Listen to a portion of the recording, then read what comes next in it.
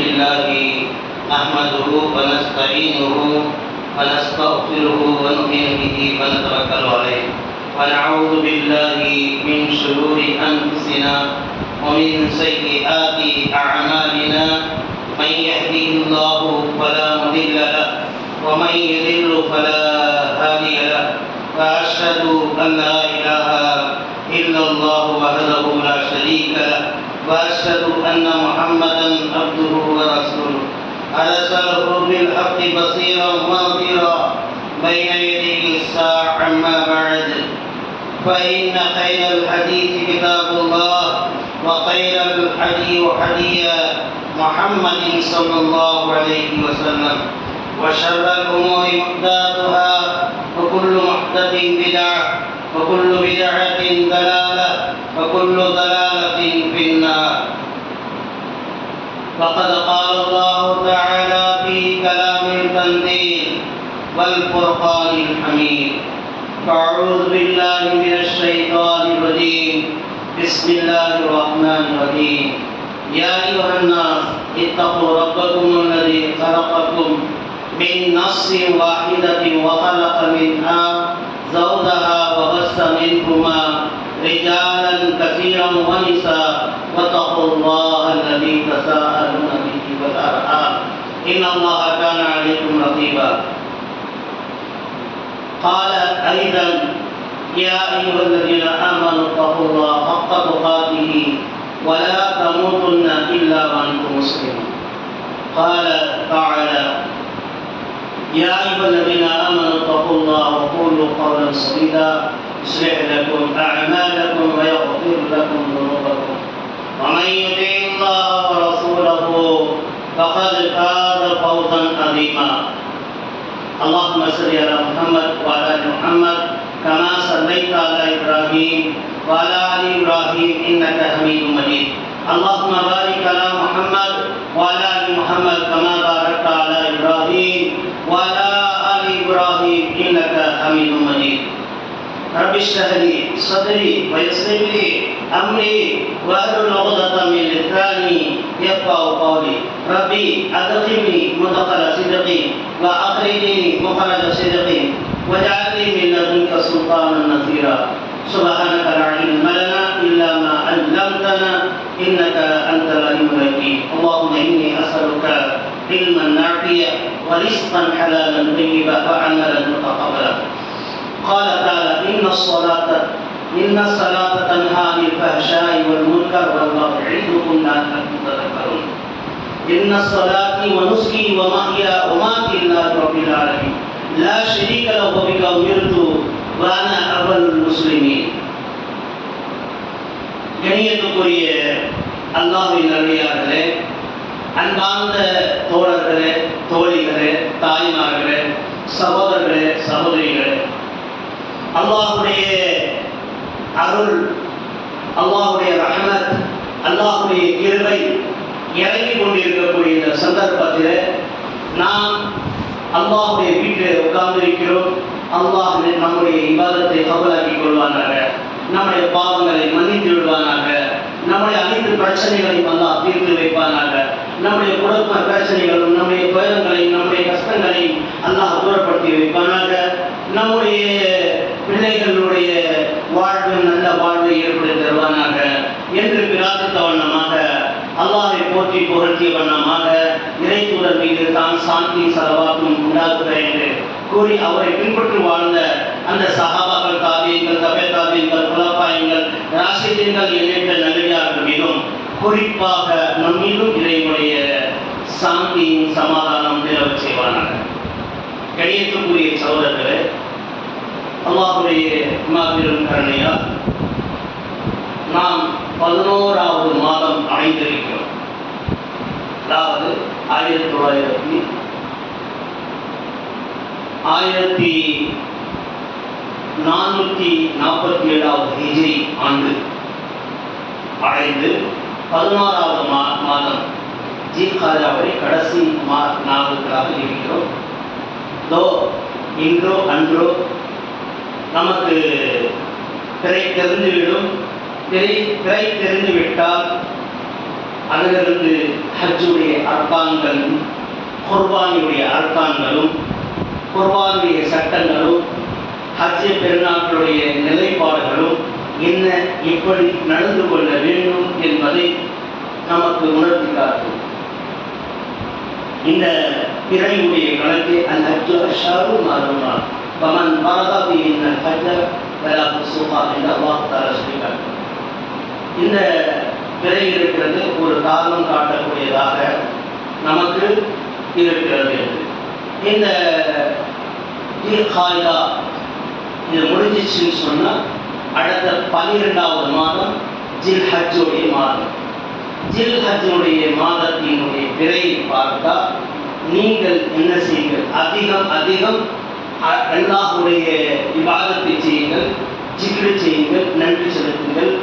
வதுகுர் நிஅமதக, அல்லாஹ்வுடைய நிஅமத்துகளை நீங்கள் அதிகம் பெற்றுக்கொண்டிருக்கிறீர்கள். ஏன் என்று சொன்னால் இந்த ஜில் ஹஜ்ஜுடைய மாதத்தில் தான் இப்ராஹிம் அலைஹி வஸலாத்து வஸலாம் அவர்களை அவருடைய மகனார் இஸ்மாயில் அலைஹி வஸலாத்து வஸலாம் அவர்களை அறுப்பதற்காக கத்தி எடுத்து முற்பட்ட போது அல்லாஹ் தஆலா வானத்திலிருந்து ஆட்டை இறக்கி அதை குர்பானி கொடுக்குமாறு கட்டளையிட்டு அதை குர்பானி கொடுத்தார்கள். அதை தான் இன்றும் இந்த ஜில் ஹஜ்ஜுடைய மாதத்திலே நாம் குர்பானிகளை கொடுத்து வருகிறோம். இது ஒரு பெரிய தியாகம். இதற்காக நாம் நன்றி செலுத்த கடமைப்பட்டவர்களாக. ஏன் அப்படின்னு சொன்னால், ஒரு வீட்டில் குழந்தை பிறந்துகிட்டு இருந்தால் ஒரு ஹஜ்ஜு வரும்போதெல்லாம் ஹஜ்ஜு பெருநாட்களிலே நீங்கள் குர்பானி கொடுங்கள், உங்களுடைய குழந்தைகளுக்கு கடமையாக இருந்தால் அது கொடுத்துக்கிட்டே இருந்திருக்கும். காலமெல்லாம் கொடுத்துக்கிட்டே இருந்திருக்கும். எப்பெல்லாம் ஒரு குழந்தை பிடிக்கணும், ஒரு வருஷத்துக்கு ஒரு முறை அந்த குழந்தைய அடுத்து நாம் அல்லாஹ்வுடைய பாதையில் கொடுக்குற மாதிரி இருந்திருக்கும். வளர்ச்சி இல்லாமல் போயிருக்கும், பல துயரத்துக்கு ஆளாக்கப்பட்டிருக்கும். சிலருக்கு ஒரே குழந்தை இருக்கும், அந்த குழந்தை கொடுக்குற மாதிரி அல்லாஹ் கட்டளையிட்டு இருந்தாங்கன்னா சில மக்கள் கொடுத்துதான் ஆகணும். அந்த மாதிரி தான் சில நிலைப்பாடுகள் இருக்கு. குர்பானி என்று சொல்வது அன்றைய தினம் இப்ராஹிம் அலைஹிஸ்ஸலாத்து வஸ்ஸலாம் அவர்கள் இரவு தூங்கி கொண்டிருக்கும் போது அவர்களுக்கு வஹி வருவது கனவின் போல் ஏற்படக்கூடிய வழியாக இருக்கிறது. அந்த கனவிலை காணுகிறார்கள், உன்னுடைய மகன் இஸ்மாயிலை அறுத்து பலியிடலாக என்று அல்லாஹ் தஆலா கட்டளையிட்டார். அப்போ முதல் நாள் கனவு காணுகிறார்கள், ஆஹா இது நம்ம குழந்தைக்கு அறுக்க முடியுமா அப்படின்ற ஒரு இதோடு கொஞ்சம் இருந்தார்கள். திரும்பி ஷைத்தானும் கூட அதில் முரண்பாடுகளை உள்ளத்தில் ஏற்படுத்துகிறார். அடுத்த கட்டமாக மறுநாளும் அந்த மாதிரி கனவு காணுகிறார்கள். 3வது நாளும் அந்த மாதிரி கனவு காணுகிறார்கள், குர்பானி கொடுக்கிறது போன்று. உடனே தன்னுடைய மகனாரை நோக்கி சொன்னார், என்னுடைய மகனே, உன்னை குர்பானி கொடுக்கிற மாதிரி நான் கனவு கண்டேன், வா குர்பானி கொடுங்கன்னு சொல்லிட்டு மகன் ஒத்துக்கொண்டார். ஆனால் இன்னைக்கு காலகட்டத்தில் நீங்கள் குர்பானி கொடுப்பதற்காக மகனை கூப்பிட்டு வாழப்பா நான் குர்பானி கொடுக்கணும் அண்ணா சொல்லிட்டாங்க, நீ கொடுவாவா முதல்ல உன்னை நான் கொடுக்குறேன் அப்படின்னு சொல்லும். அந்த மாதிரி ஒரு சூழ்நிலைகள் இன்றைய வாழ்க்கையில் உருவாக்கப்படும். ஆனால் அன்றைய தினம் இப்ராஹிம் அலைஹி வஸலாத்து வஸ்ஸலாம் அவர்கள் தன் மகனை நோக்கி வாருங்கள் நான் குர்பானி கொடுக்கிறேன் என்று சொல்லும்போது, நீங்கள் கலகம் ஏற்பட்டு உள்ளத்தில் இரக்கத்தினுடைய பண்புகள் ஏற்பட்டு நீங்கள் அறுக்கும் போது சரியாக அறுக்காமல் விட்டுவிடுகிறா என்று நான் அஞ்சுகிறேன். என் தன் அருமை தந்தையை இறைவனுடைய கட்டளை சரியாக நிறைவேற்ற வேண்டும். யார் சொல்றது? மகன் சொல்றார், இறைவனுடைய கட்டளை சரியாக நிறைவேற்றணும், அதில் எந்த ஒரு குறைபாடுகள் வைத்துவிடக்கூடாது. அதற்காக என்ன செய்யுங்கள், நீங்கள் என்னை குப்பரை போட்டு நீங்கள் கண்ணை மூடி நீங்கள் என்னை அருங்கள் என்று சொல்கிறார்.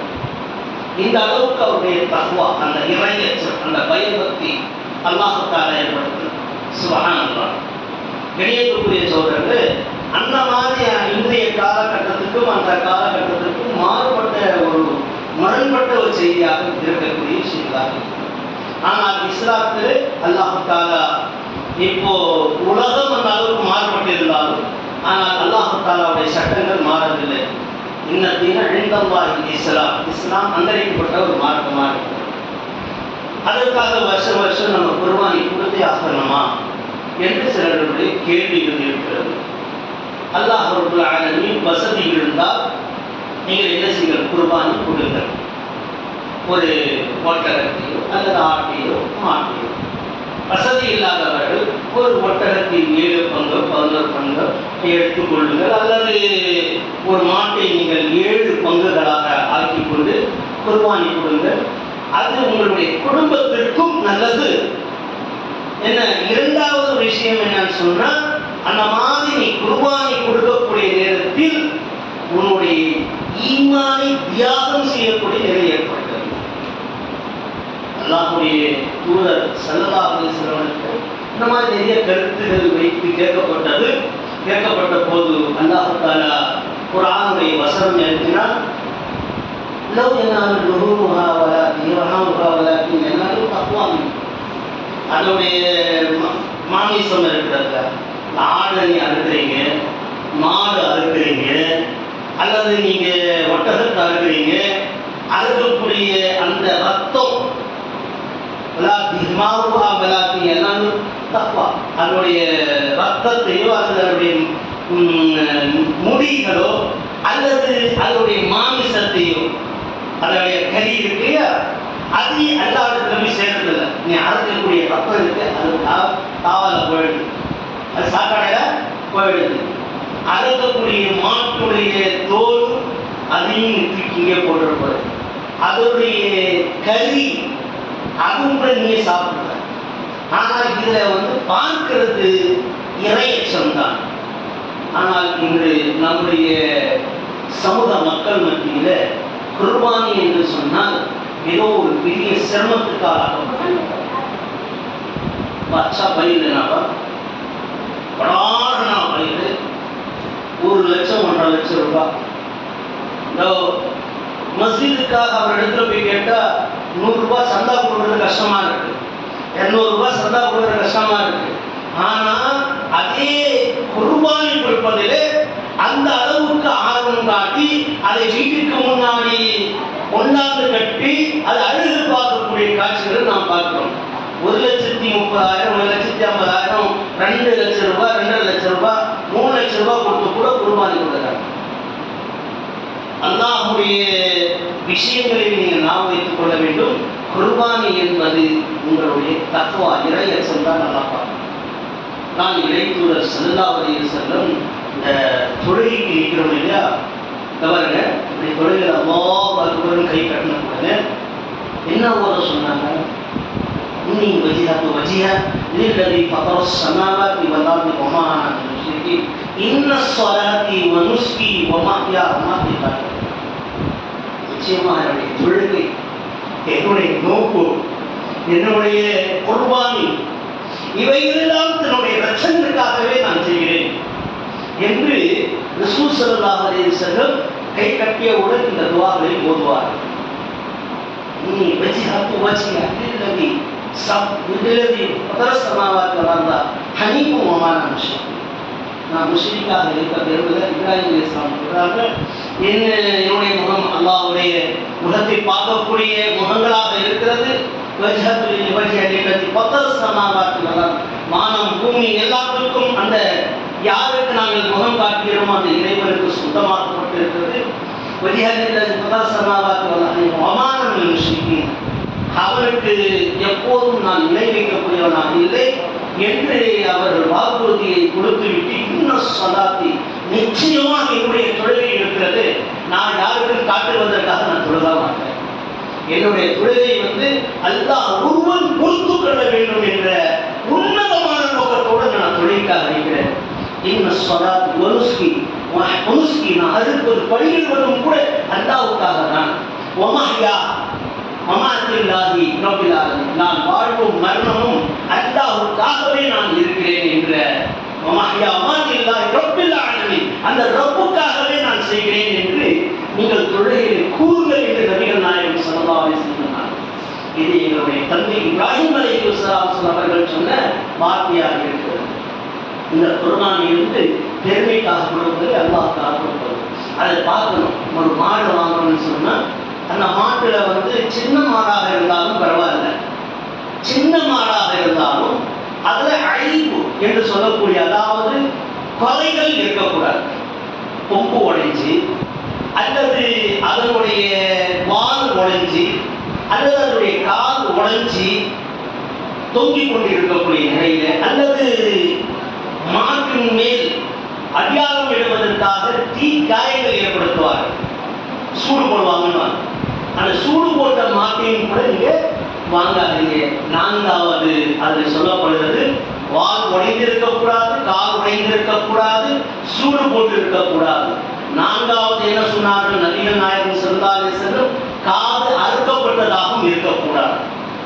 இந்த காது இந்த லோன் மாட்டுக்கெல்லாம் கம்பல் மாதிரி போடுவாங்க, அது வேற விஷயம். அதை அறுத்து விடுவாங்க. காட்டில் மேல மாடு வந்து அடியாளம் கண்டுவதற்காக நான் காதை அறுத்து விடுவாங்க. இதே மாட்டையும் நீங்க வாங்காதீங்க.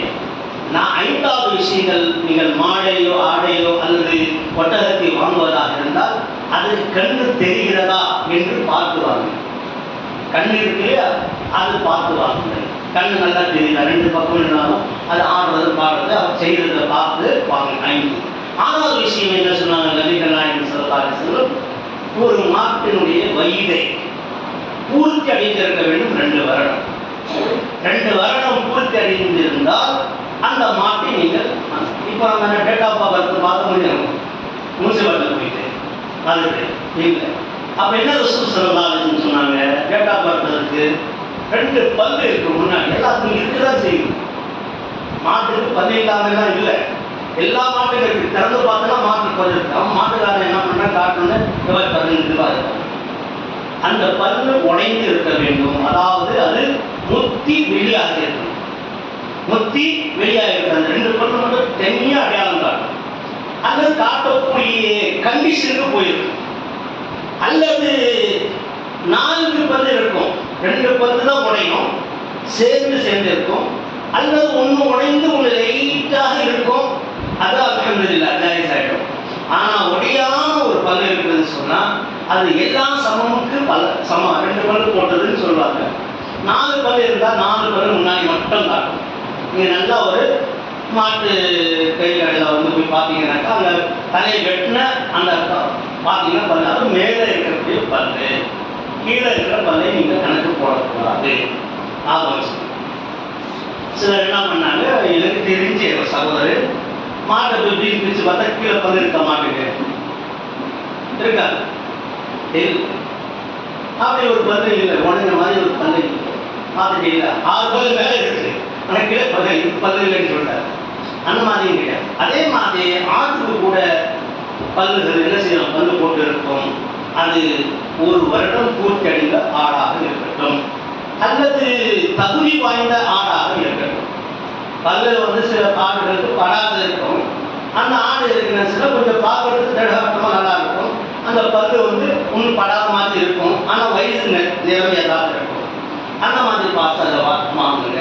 அதே மாதிரி ஒட்டகத்துக்கும், நம்ம ஒட்டகம் இல்லை, நேரத்தையும் இல்லை, அதனால் வந்து விஷயத்தின் இந்த மாதிரி மாடை வாங்கணும். ஆனால் நல்ல பெரிய மாடை வாங்கணும். ஏற்பான் அப்படின்னு பூரா சிராப்தா ராஸ்தா அசாசை பார்க்கறது. இப்போ நான் சொன்னேன் 7 பேருக்கு பங்கு போடுறாங்க. 7 பங்குல வந்து 7 குடும்பத்தை உட்கார வச்சுட்டு ஒரு மாடு போகுமானா போகாது.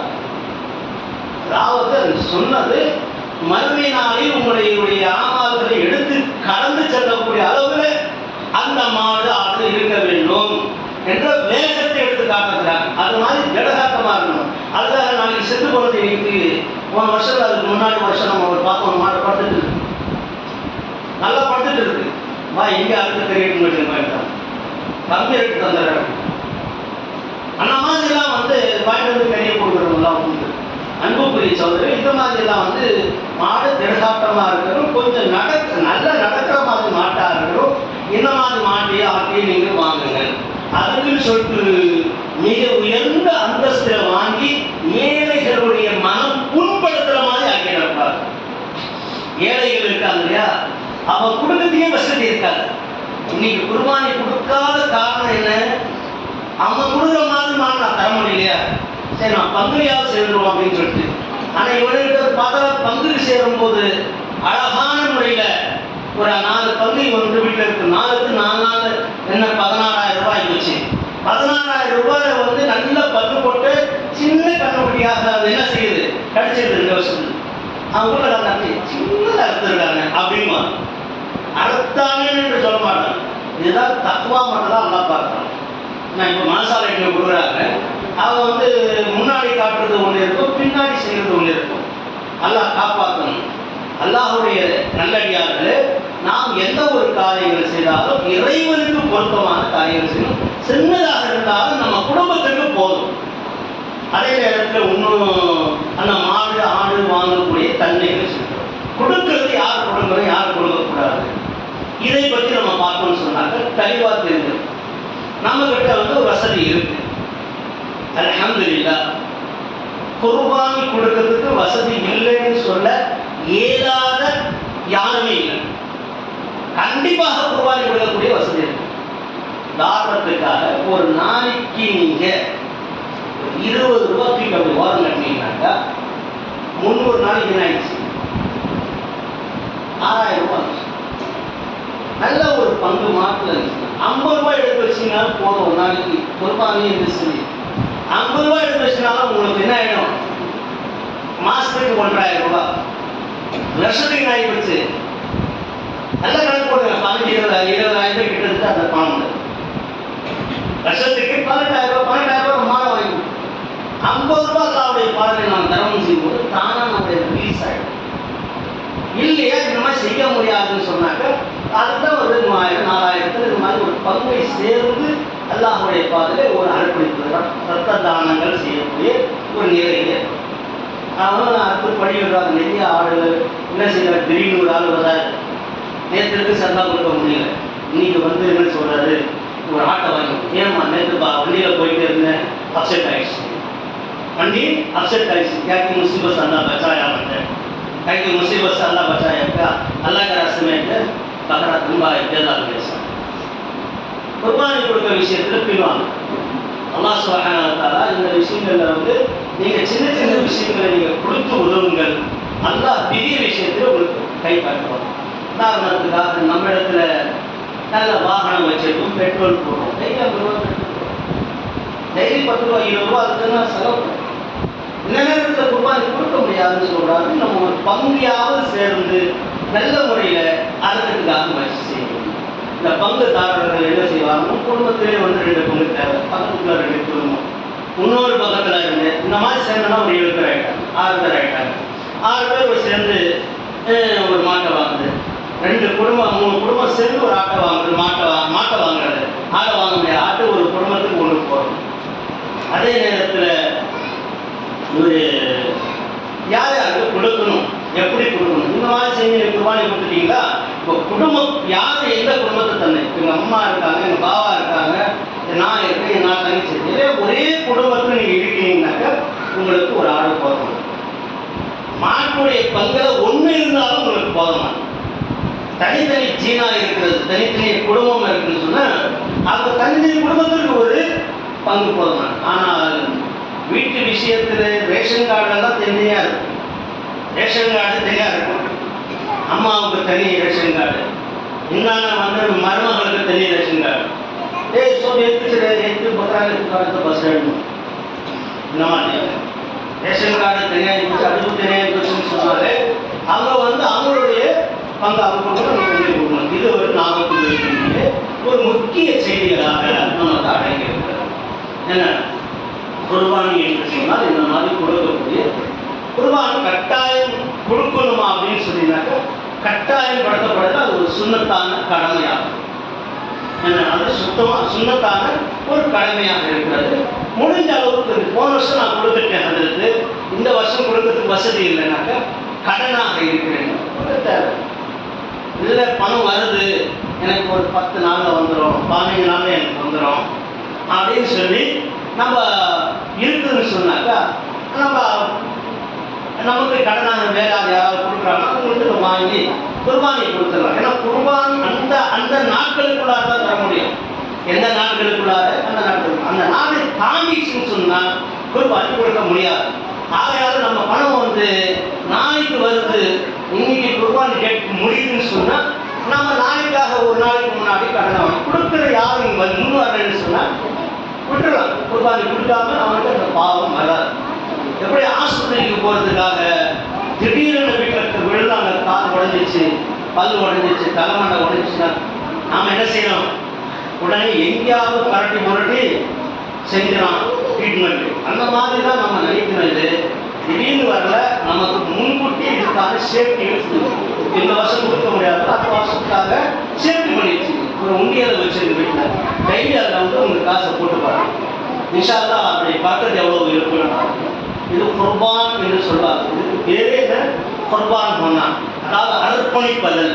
இந்த விஷயங்கள் அடுத்த கட்டமாக இந்த குர்பானை கொடுக்கக்கூடியவர்கள் கவனிக்க விஷயங்கள் ஒன்று இருக்குது. இப்போ நான் குர்பானை கொடுக்குறேன்னு சொன்னால் எனக்கு முன்கூட்டியே தலைமுடிகளை வெட்டு, அதாவது அந்த பிறை தெரிஞ்சுன்னா அதிலிருந்து எடுத்து அந்த நோம்பு பெருநாள் தொழுகை, அதாவது குர்பானி பெருநாள் தொழுகை தொழுது விட்டு குர்பானி கொடுத்த பிறகுதான் தலைமுடி வெட்டணும், நகையை வெட்டணும். அதே நேரத்தில் மர்மஸ்தானத்துடைய முடியணும். இது நிறைய சொல்லுவாங்க, அடியாரமாக இருக்கு குர்பானி கொடுக்குறவங்க அடியாரமாக இருக்கு. அப்படிலாம் இல்லை. நான் தலைமுடி வெட்டினாலும் சரி வெட்டினாலும் அனுப்பி ஏன்னா அவருக்கு வந்து குர்பானி கொடுக்கிறவனாக இருந்தால் அல்லாஹுடைய தூதர் ஸல்லல்லாஹு அலைஹி வஸல்லம் அவர்கள் சொன்னார்கள், நீங்கள் உம்ரா செய்வதாக இருந்தால் அல்லது நீங்கள் ஹஜ் செய்வதாக இருந்தால் நீங்கள் எதை செய்தாலும் நீங்கள் என்ன செய்யுங்கள், உங்களுடைய செய்து முடித்த பிறகு குர்பானி செய்து முடித்த பிறகு ஹஜ்ஜுடைய அர்கான் முடித்த பிறகு நீங்கள் என்ன செய்யுங்க, குர்பானி கொடுத்த பிறகு தலைமுடியை வெட்டிக் கொள்ளுங்கள், உங்களுடைய நகங்களை வெட்டிக் கொள்ளுங்கள், உங்களுடைய ஆடையை மாற்றிக் கொள்ளுங்கள் என்று நபிகள் நாயகம் ஸல்லல்லாஹு அலைஹி வஸல்லம் சொல்றாங்க. அதே மாதிரி தான் நாம வந்து நமக்கு இந்த ஒரு மாற்றம் புரிஞ்சிச்சா? நாம வந்து குர்பானி கொடுக்கிற ஒரு கட்டத்துக்கு இருக்கிறோம்னு சொன்னாக்க குர்பானி கொடுக்கிறவர் கொடுக்காதவருக்கு ஒரு வித்தியாசத்தை காட்டினாங்க. ஏன்னா இவன் வந்து குர்பானி கொடுக்கிறவன் இருந்தாக்க என்ன செய்வார், அந்த முடி அப்படியே கலைக்காம வச்சிருப்பான், அதை கட் பண்ணாம மீசை வெட்டாமல் இருப்பாங்க. கொஞ்சம் மீசை வந்து வளரும் போது என்ன செய்வாங்க, பெருநாளைக்கு அன்னைக்கு வெட்டிட்டு போக முடியாது, அலுவலகப்படுத்த போக முடியாது. கொஞ்சம் வந்து தாடிக்கடி ஒதுங்குற ஆள் இருந்தாக்கா ஒதுக்கிட்டு போக மாட்டார். ஏன்னா அவர் குர்பானி கொடுக்கிறவர், அங்கே குர்பானி கொடுக்காதவர் ஒதுக்கிட்டு வந்திருப்பார். குர்பானி கொடுக்கக்கூடியவர் ஒதுக்கிட்டு மீசை விசரம் வெட்டிக்கிட்டு நகரெல்லாம் வெட்டிக்கிட்டு வருவார். அப்போ நமக்கு தெரியுது ஒரு குர்பானி கொடுக்கல அப்படின்னு நமக்கு புரிந்து கொள்ளக்கூடிய ஒரு சக்தி. இதுக்காக தவிர அது காட்டுறதுக்காக கிடையாது, ஒரு அந்தரங்கமாக உள்ள வைத்துக் கொள்ளக்கூடிய. இந்த தலைமுடி வெட்டக்கூடாது, நகங்களை வெட்டக்கூடாது, மர்மஸ்தான முடிகளை வெட்டக்கூடாது என்று நபிகள் நாயகம் ஸல்லல்லாஹு அலைஹி வஸல்லம் அவர்கள் குர்பானி கொடுக்கக்கூடியவர்களுக்கு சட்டம். ஹஜ் பயணத்தில் உள்ளவங்களுக்கு இன்னும் நிறைய சட்டங்கள் இருக்கிறது. இரண்டாவது, இந்த பெருநாள் தொழுகைக்கு முன்னாடி ஷேவிங் பண்ணிக்கலாமா, நகை வெட்டிக்கலாமா, வெட்டவும் கூடாது. தொழுதுட்டு ஹஜ் நாள் பெருநாள் தொழுகையை தொழுதுட்டு உங்களுடைய மாடோ ஆடோ அதை அறுத்து விட்டு அதனுடைய மாமிசத்தை எடுத்தால் காலை உணவாக நபிகள் நாயகம் சாப்பிடுவார்கள். அதுவரை நோன்பு இருப்பார்கள் அன்றைய தினம், ஹஜ் பெருநாள் அன்ற தினம் என்று நபிகள் நாயகம் ஸல்லல்லாஹு அலைஹி வஸல்லம் அவர்கள் கூறினார்கள். அதற்கு முந்தைய நாள் எந்த அரஃபா நாள் என்று நபிகள் நாயகம் சொன்னாங்க. இந்த அரஃபா நாள் வருதுன்னு சொன்னா அரஃபா நாள்ல நோம்பு வைங்க அப்படின்னு. இந்த அரஃபாவுக்கு டைம் இருக்குது, இருந்தாலும் கூட ஒரு சின்ன விஷயத்தை சொல்லிட்டு இருக்குது. ஞாபகம் வச்சுக்கணும், நல்லா ஞாபகம் வச்சுக்கணும். அருமை தூதர் பெருமானார் ஸல்லல்லாஹு அலைஹி வஸல்லம் 63 வருடங்கள் வாழ்ந்தார்கள். அதுல நபியாக இருந்தது எத்தனை வருடம்? 23 வருடம் இருந்தார். 23 வருடத்துல அவரு ஒரே ஹஜ் தான் செஞ்சார். அந்த ஹஜ் பெருநாள் அன்று ஹஜ் செய்வதற்கு முன்னாடி என்ன அரஃபா நாள் என்று சொல்வாங்க. அந்த அரஃபா நாள் ஆதம் அலைஹி வஸலாத்து வஸலாமும் ஹவ்வா அலைஹி வஸலாத்து வஸலாமும் ஒன்று இணைக்கப்பட்ட பூமியில மனிதர் ஒன்று கூடிய அந்த இடம்தான் அரஃபா என்ற மைதானம். அந்த மைதானத்தில் நபிகள் நாயகம் ஸல்லல்லாஹு அலைஹி வஸல்லம் உள்ளே போறாங்க. நீங்கள் அன்னைக்கு நோம்பு வச்சு துவா செய்யுங்க. மக்களுக்கு சொல்றாங்க. 23 வருடம் என்ன சொல்லிட்டு இருக்காங்க? அரபா நாள் இன்னைக்கு. அரபா நாள் நீங்க என்ன செய்யுங்க? யாரெல்லாம் ஹஜ்ஜுக்கு போறாங்க போகட்டும். அவங்க வந்து நோம்பு வைக்க தேவையில்லை. நீங்க அரபா நாள்ல என்ன செய்யுங்க? நோம்பு வைங்க. அன்னைக்கு துவா தான் கபூலாக்குறான். ஆதம் அலைஹிஸ்ஸலாம் துவா கபூலாக்குற மாதிரி உங்களுக்கு துவா கபூலாக்குவான். ஏன்னா ஆதம் அலைஹிஸ்ஸலாம் ஹவ்வா அலைஹிஸ்ஸலாம் இந்த பூமியில பிரிஞ்சு கட்டாங்க. அவங்க ஒன்னா சேர்ந்தது அன்றைய அரபா நாள், அரபா மைதானம். அந்த நாள்ல வந்து நீங்கள் அங்க போயிட்டு என்ன செய்யுங்க? அந்த நாள்ல நீங்க வெளியில இருந்தா நோம்பு வைக்காது, நோம்பு வைங்க அப்படின்னு ரசூல் ஸல்லல்லாஹு அலைஹி வஸல்லம் அந்த கடைசி ஹஜ்ல போறாங்க அரபா மைதானத்துக்கு. போனோடனே நபிகள் நாயகம் ஸல்லல்லாஹு அலைஹி வஸல்லம் அவர்கள் போய் மக்கள் எல்லாம் அரபா மைதானத்தில் நிற்கிறாங்க. நிற்கும் போது ஒரு 10 மணிக்கு அப்படி பயான் ஆரம்பிக்கிறார். அந்த பயானை செய்யக்கூடிய நேரத்தில் கையில பால் கிளாஸ்ல ஒரு பால் கொண்டாடப்பட்டது. அந்த டம்ளரினுடைய பாலை எடுத்து மக்களே நான் குடிக்கிறேன் பாருங்க அப்படின்னு குடிக்கிறார். கீழே இருக்கக்கூடிய எல்லாம் ஒட்டத்துல மேல உட்காந்தாரு. கீழே இருக்கிற நீங்க எல்லாத்தையும் குடிச்சிங்க, எல்லாரும் சாப்பிடுங்க, நல்லா சந்தோஷப்படுத்துங்க. ஆனா வெளியில இருக்கிற அரபாவுக்கு ஹஜ்ஜுக்கு வராதவர்கள், வெளியே இருக்கக்கூடியவர்கள், அது மக்காவில் இருந்தாலும் சரி, மதீனாவில் இருந்தாலும் சரி, தாயிஃப் இருந்தாலும் சரி, அல்லது எந்த ஒரு நாட்டில் இருந்தாலும் சரி, தமிழ்நாட்டில் இருந்தாலும் சரி, நீங்கள் எல்லாம் நோம்பு வச்சுக்கீங்க என்று நபிகள் நாயகம் சொல்றாங்க. அந்த நோம்பை வச்சு அந்த நேரத்தில், கடைசி நேரத்தில் மன்றாடி அல்லாஹ்கிட்ட துஆ கேளுங்க அப்படின்னு. இப்போ நம்ம ஊர்ல பார்த்தீங்கன்னாக்கா அரபா இன்னைக்கு இருக்குன்னா நாளைக்கு தான் நோம்பு வைப்பாங்க. முடிஞ்சா முன்னாடி கூட வச்சுக்கலாம். இதனால வந்து எந்த ஒரு பாகுபாடு கிடையாது. அரபா நோம்பு பேரு அரபா பேரு என்ன முன்னாடி தெரியாது. இது ஜமாத்துல அந்த காலங்களில் போட 3ஆம் தேதி அரபா நாள் அன்னைக்கு தான் நோம்பு வச்சுக்கணும். ஆனா நம்ம துவாலாம் ஏற்றுக்கணும். ஒரு நபிலா நோம்பா இருக்கட்டும், அது நோம்பே நபில் தான். வச்சா சரி, வைக்கிறோம்னா பாவம் இல்லை.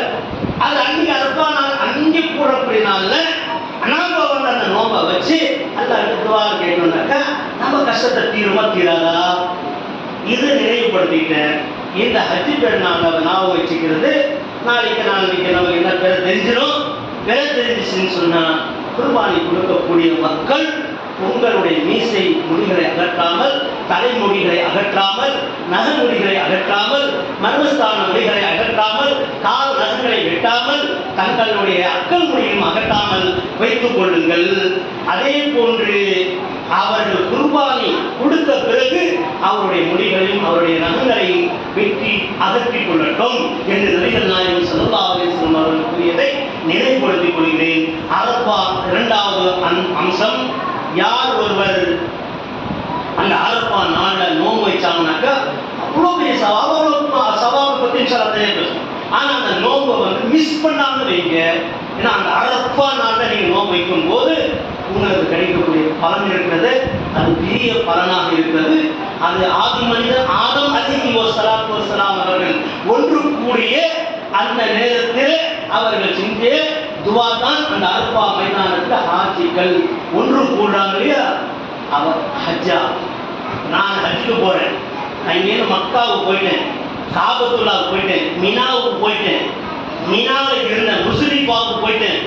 ஆனால் என்னுடைய ஹஜ்ஜு நான் திரும்பி காபாவுக்கு வந்துட்டேன், திரும்பி எல்லாம் சுற்றி பார்த்துட்டேன். ஆனால் அரபா மைதானத்துக்கு மட்டும் போறேன்னு சொன்னா நான் ஹாஜி அல்ல, என்னுடைய ஹஜ்ஜி நிறைவேற்றப்பட மாட்டாது. யார் ஒருவர் மக்காவுக்கு போல, மதீனாவுக்கு போல, மினாவுக்கு போல, முஸ்லிஃபாவுக்கு போல, எங்கவே போல நேர பிள்ளைகளுக்கு இறங்கி அரபா மைதானத்துக்கு போறாரு, அரபாவிலிருந்து முடிச்சுட்டு வெளியே வராரு, அவர் யாரு? ஹாஜி என்று நபிகள் நாயகம் ஸல்லல்லாஹு அலைஹி வஸல்லம். அந்த மாதிரி ஒரு சிறப்பு மிக்க நாட்களிலே உங்களுடைய நோம்பை வைத்து அல்லாஹ்வுடைய அன்பை பேருங்களை கேட்டுக்கொண்டு அல்லாஹ்வுடைய நோம்பை ஏற்றுக்கொள்வானாக. யாரெல்லாம் குர்பானி கொடுக்கிறார்களோ அவருடைய குர்பானிகளை அல்லாஹ் ஏற்றுக்கொள்வானாக. யாரெல்லாம் ஹஜ்ஜுக்கு சென்றிருக்கிறார்களோ அவர்களுடைய ஹஜ்ஜை அல்லாஹ் ஏற்றுக்கொள்வானாக. யாரெல்லாம் ஹஜ்ஜுக்கு செல்லாமல் இருக்கிறார்களோ அவர்களுக்கு ஹஜ்ஜுக்கு செய்யக்கூடிய பாக்கியத்தை எல்லாம் தந்தருள்வானாக. யாரெல்லாம் குர்பானி கொடுக்க முடியவில்லை என்று ஏங்கிக் கொண்டிருக்கிறார்களோ அல்லாஹ் அடுத்த வருடமாவது அல்லது இதே வருடமாவது அவர்களுக்கு பரக்கத்து கொடுத்து கொண்டு அவர்கள் குர்பானி கொடுக்கக்கூடிய பாக்கியத்தை அல்லாஹ் தந்தருள்வானாக. அல்லாஹ் ரப்பல் ஆலமீன் எங்களுடைய துஆவை ஏற்றுக்கொண்டு, எங்களுடைய தொழுகையை ஏற்றுக்கொண்டு, நம்முடைய இபாதத்துகளை ஏற்றுக்கொண்டு, நம்முடைய அர்பானாலியுடைய நோவை ஏற்றுக்கொண்டு, நம்முடைய எல்லா பாவங்களை கழித்து நாம் உயர் அந்தஸ்தை பெறக்கூடிய பாக்கியசாலிகளாக ஆக்கி அருள்வானாக. இதை கேட்டுக்கொண்டு இந்த மறுமுறை நீசிலே ரப்பனா தகப்பல் துஆனா இன்னக அன்த ஸமீஉல் அலீம் வ துப் அலைனா இன்னக அன்த தவ்வாபுர் ரஹீம் வல்ஹம்துலில்லாஹி ரப்பில் ஆலமீன்.